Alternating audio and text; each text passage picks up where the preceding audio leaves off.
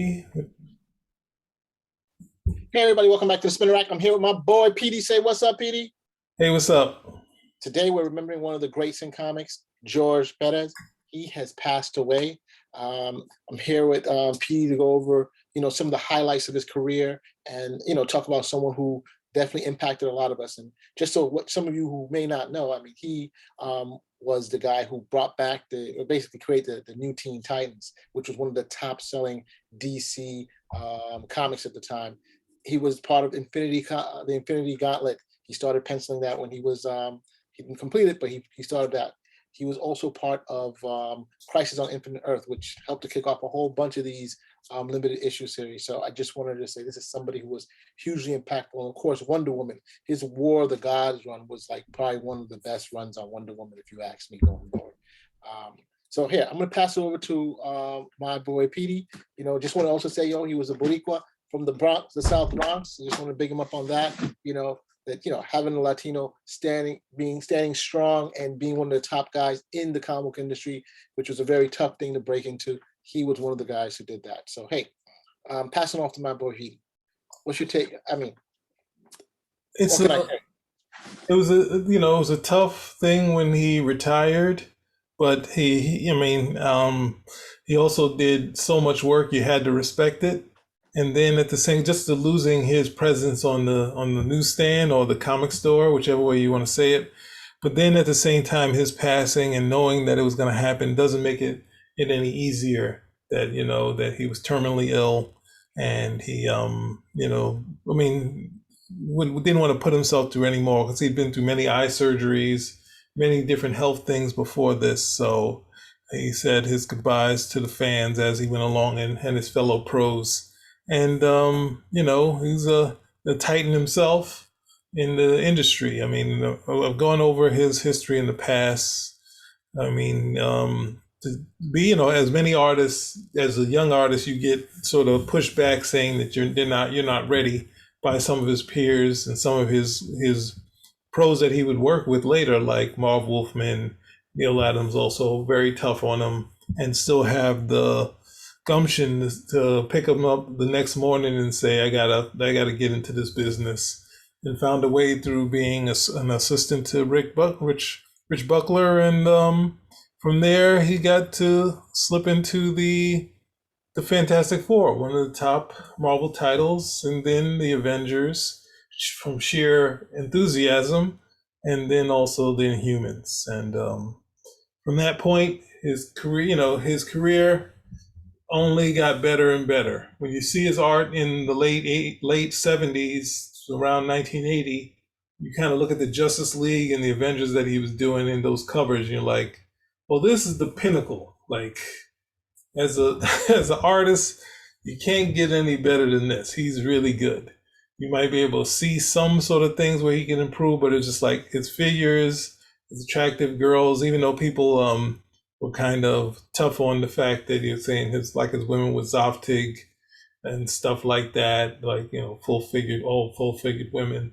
But then you see him show that he could do all sorts of forms, getting better while he was on the Titans, adding a lot more stuff to his ability to draw group books, and of course to do the solo character in Wonder Woman, which is a group guy showing that he can do, not having to fill a page with characters and come up with interesting ways to, lay out a page with, at least seven to 10 characters a panel.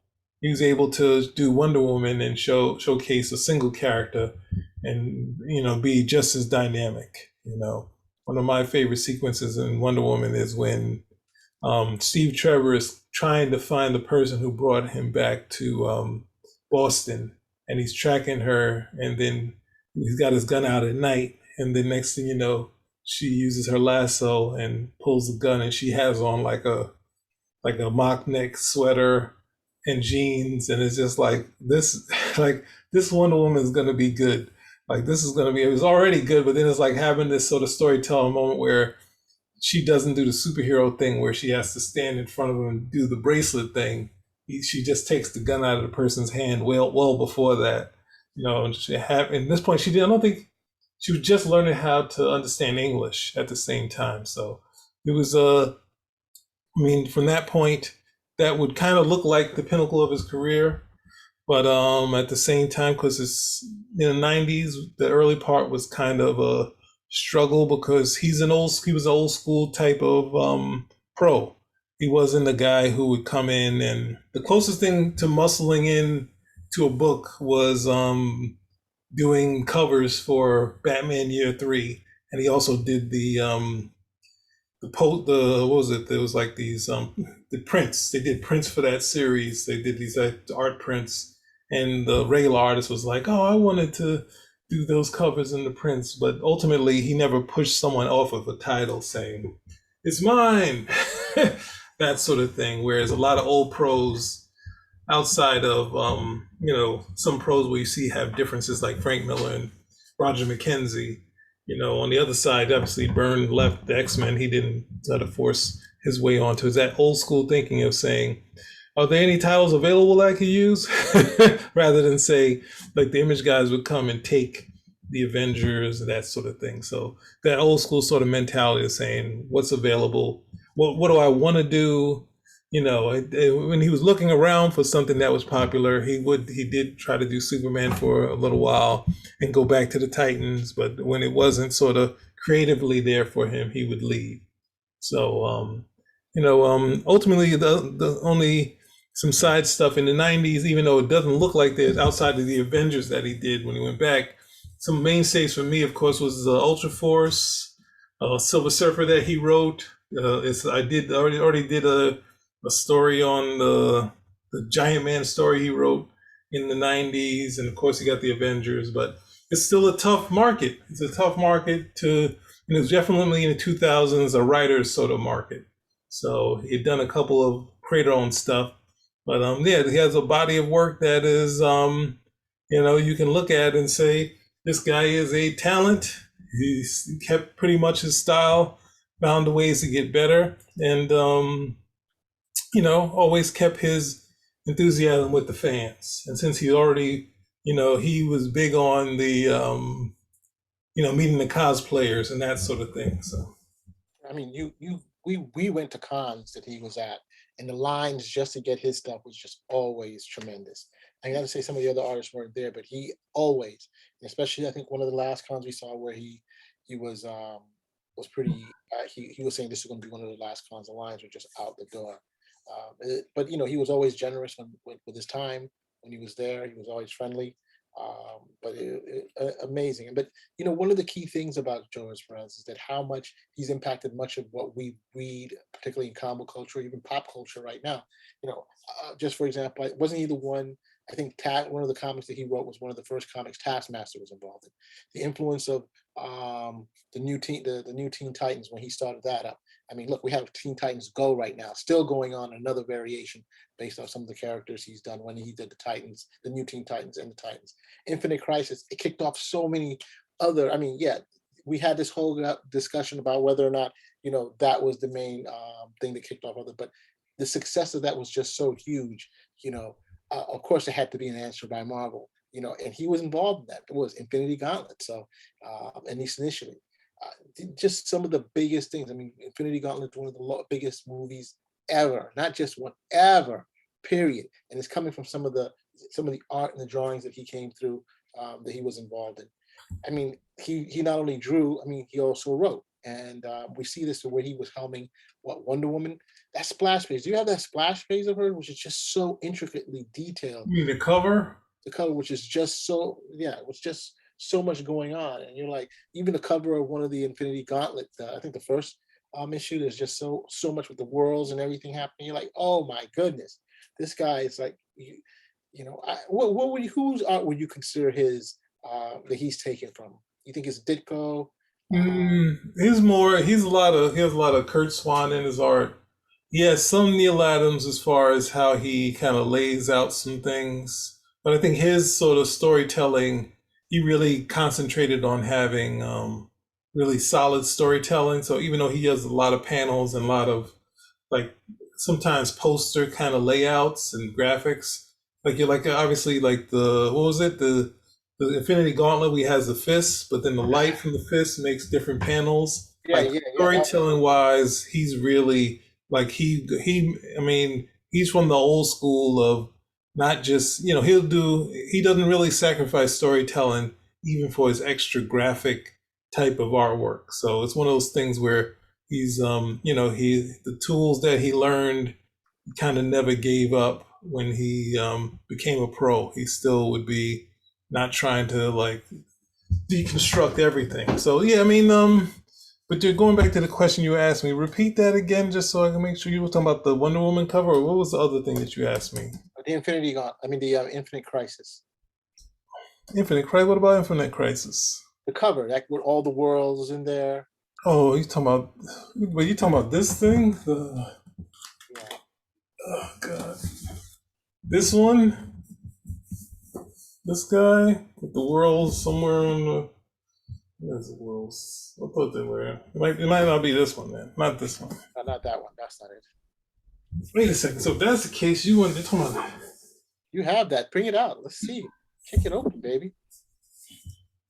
I just love some of his old, I mean, his Titan covers, Like this one?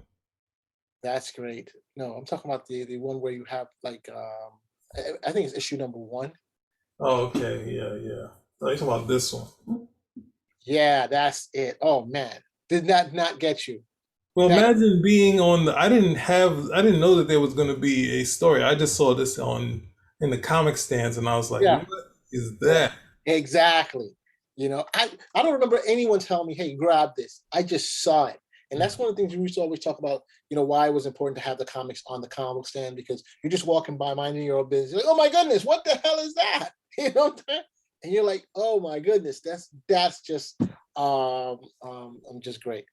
Uh, his art was just so iconic and just so interesting. And like I said, his run on Titans, his run on Wonder Woman.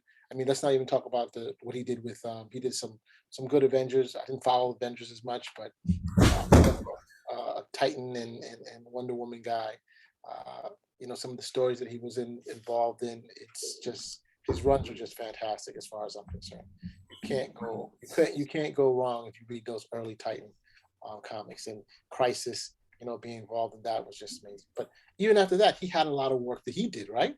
I mean, it's not like he just automatically disappeared. He had covers that he worked on for a lot of comics, and some of them were just exquisite, just looking at them when you go back.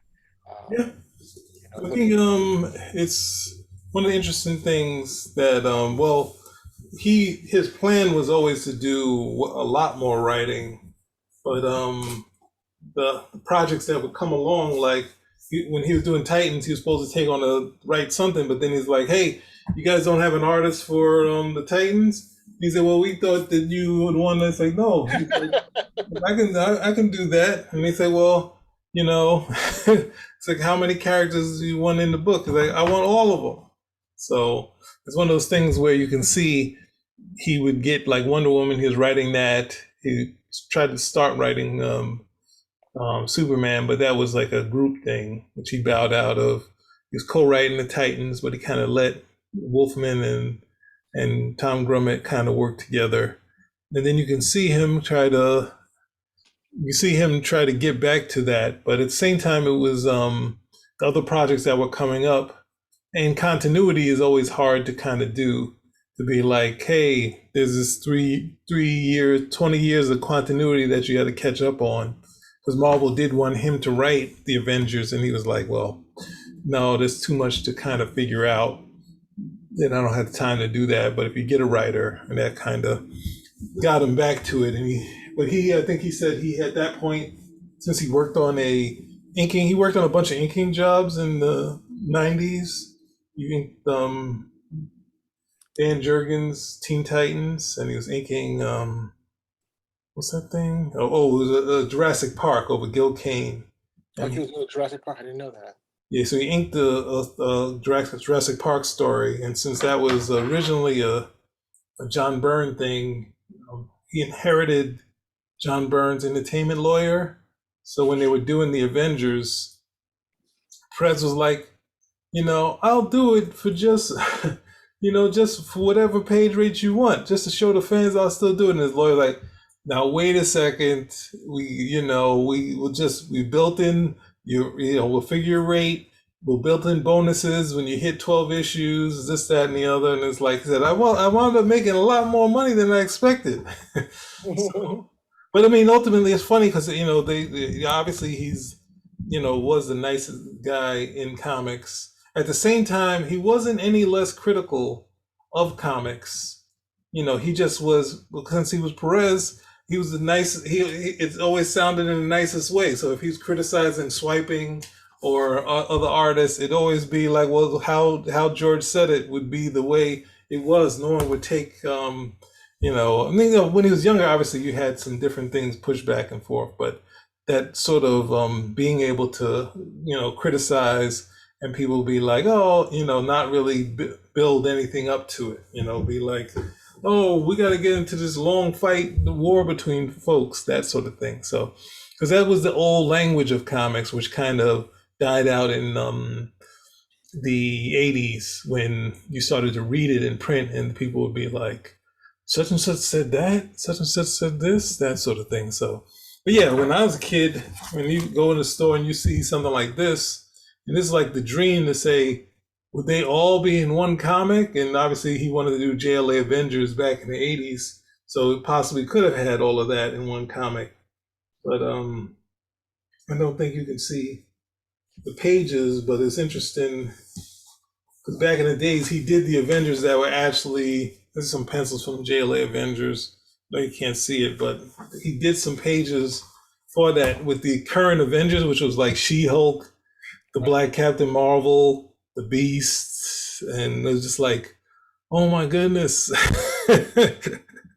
And I always pointed out when, because the Black Captain Marvel, when she's originally introduced, she's this like she's just got a great figure. That's done by John Romita Jr. and John Romita Sr. inking, so it's a gorgeous character. And then it kind of fell to the side as other artists, doing monthly comic books. It wouldn't be that big a thing. But then when you see artists like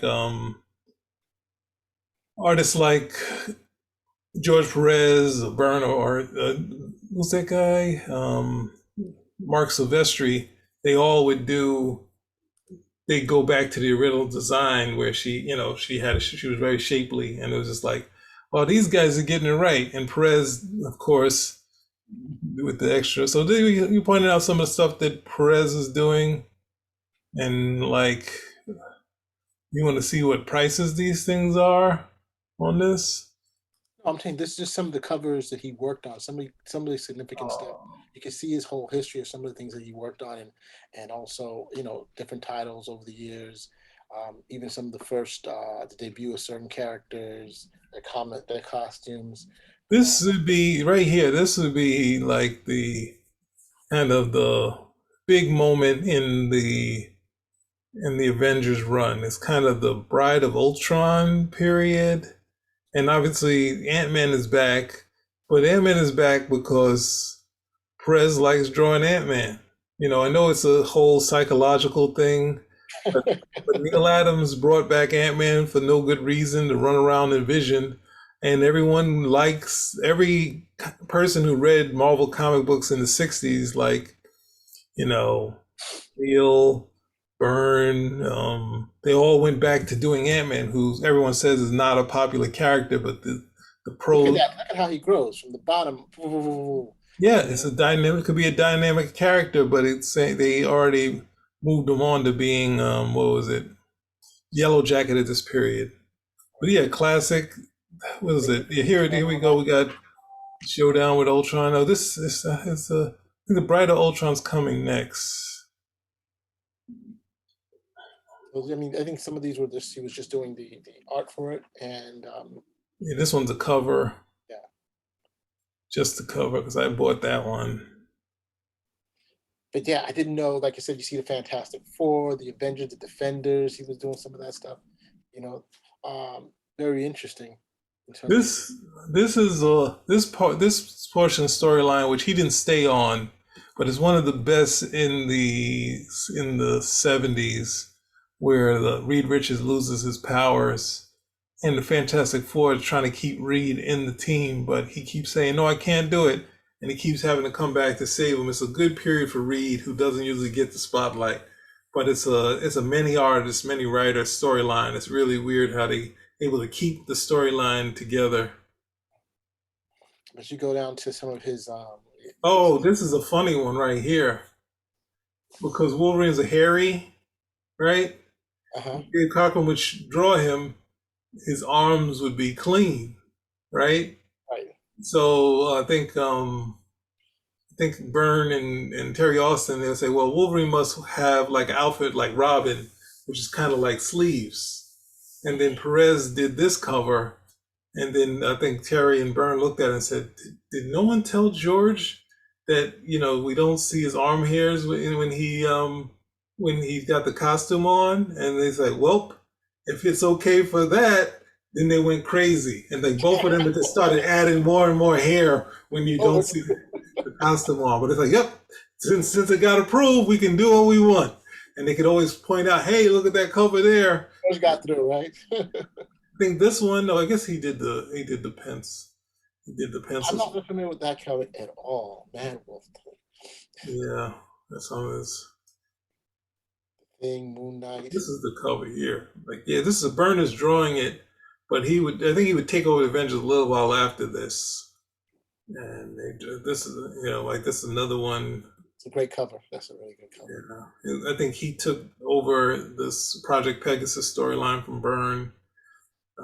That's the thing. It's like you can't really say they were necessarily trading off books because, old saying it, Perez would leave because he was a mainstay in Marvel too. Yeah. Like every book that Byrne was doing, he would then start doing it right after him. So, and Byrne wouldn't be on. Byrne wouldn't get the Fantastic Four and Avengers till like a couple years after Perez did it. So they were definitely, even though there was a little competition, they were definitely, in Marvel. They look at this. This is post Byrne run. He's doing the Avengers. So He's doing an ants attack once again. Ant-Man. yep, Ant Man's there. Yep, Yeah, Ant-Man attack, and you see all the ants. He's writing it before you saw the ants. Oh, he's a they're more dynamic detailed. character. The wings and everything crawling up, and there's so much going on in that. That's the one thing I loved about his covers. Sometimes they just had a lot of things going on.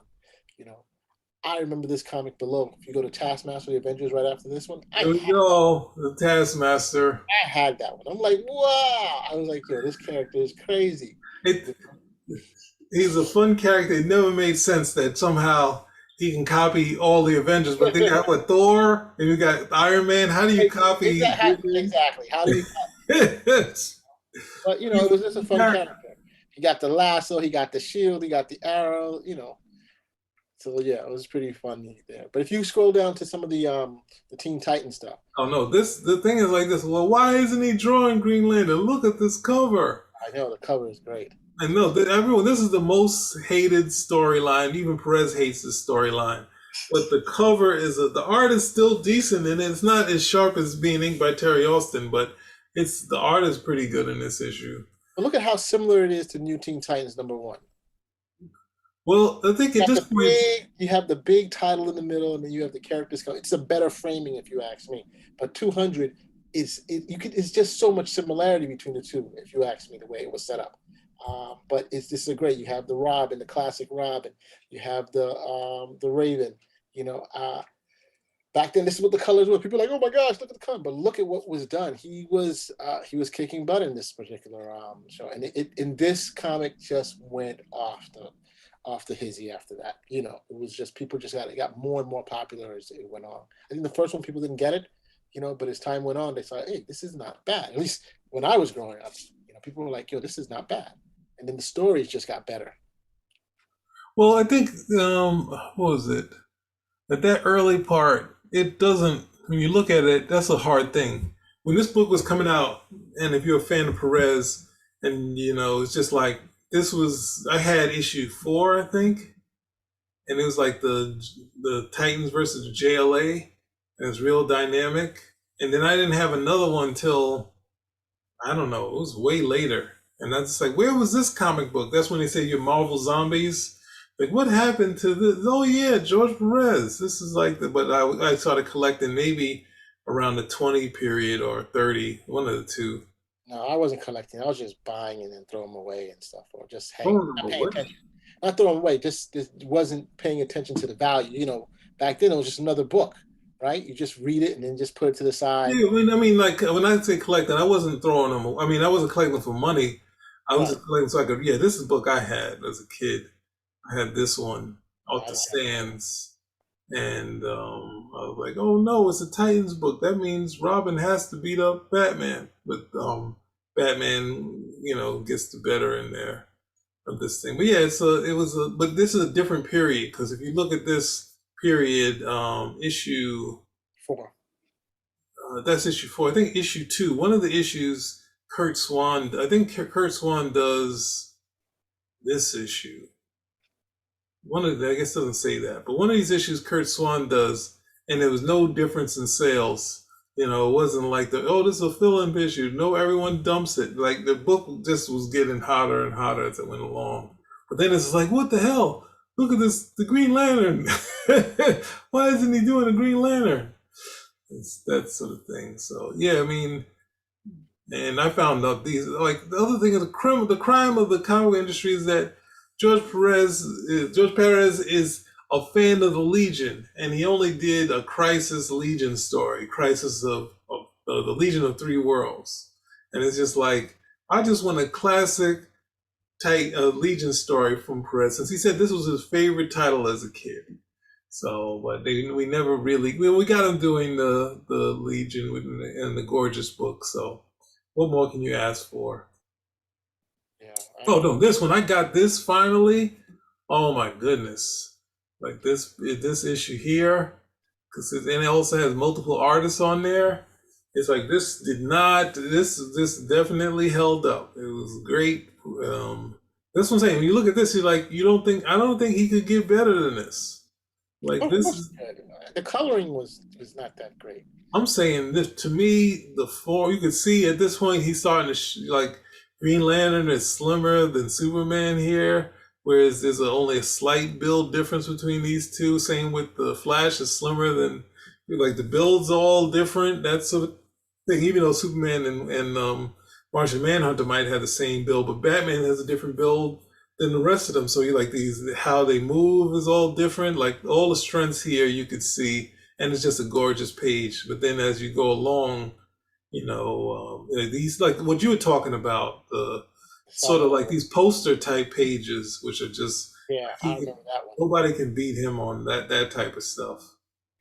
I It's mean, you could see how he feels when he realizes he's robotic. He's been made into a cyborg. You see that pain behind him. You have him in the front breaking the chain, and then right behind you see the pain that he's suffering, and then you see the fighting in the back.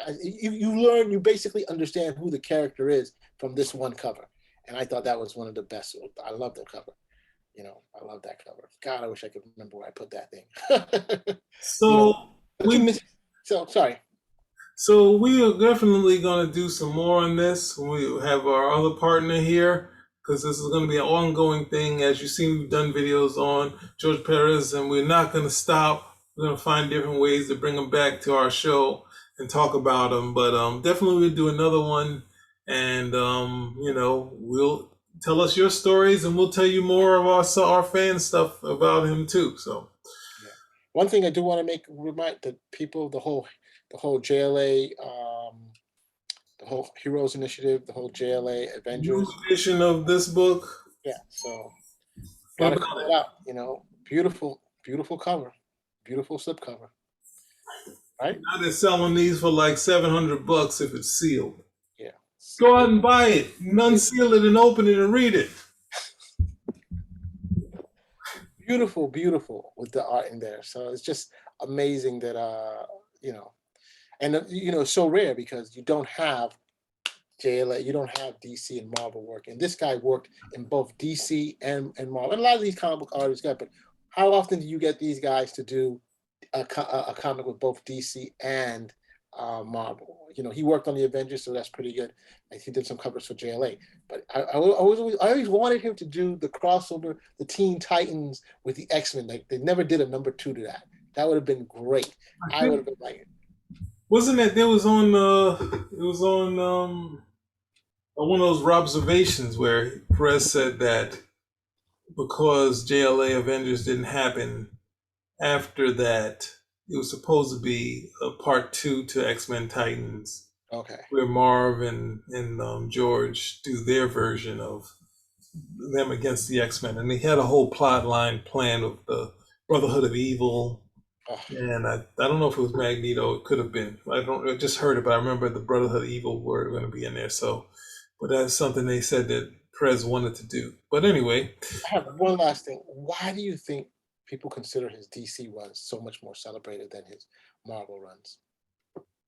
I don't know if it's more celebrated. Teen Titans. I think his personality came out more. His personality is in like his sort of tone is in his early Avengers run, not as much in the later run with Kurt Busiek.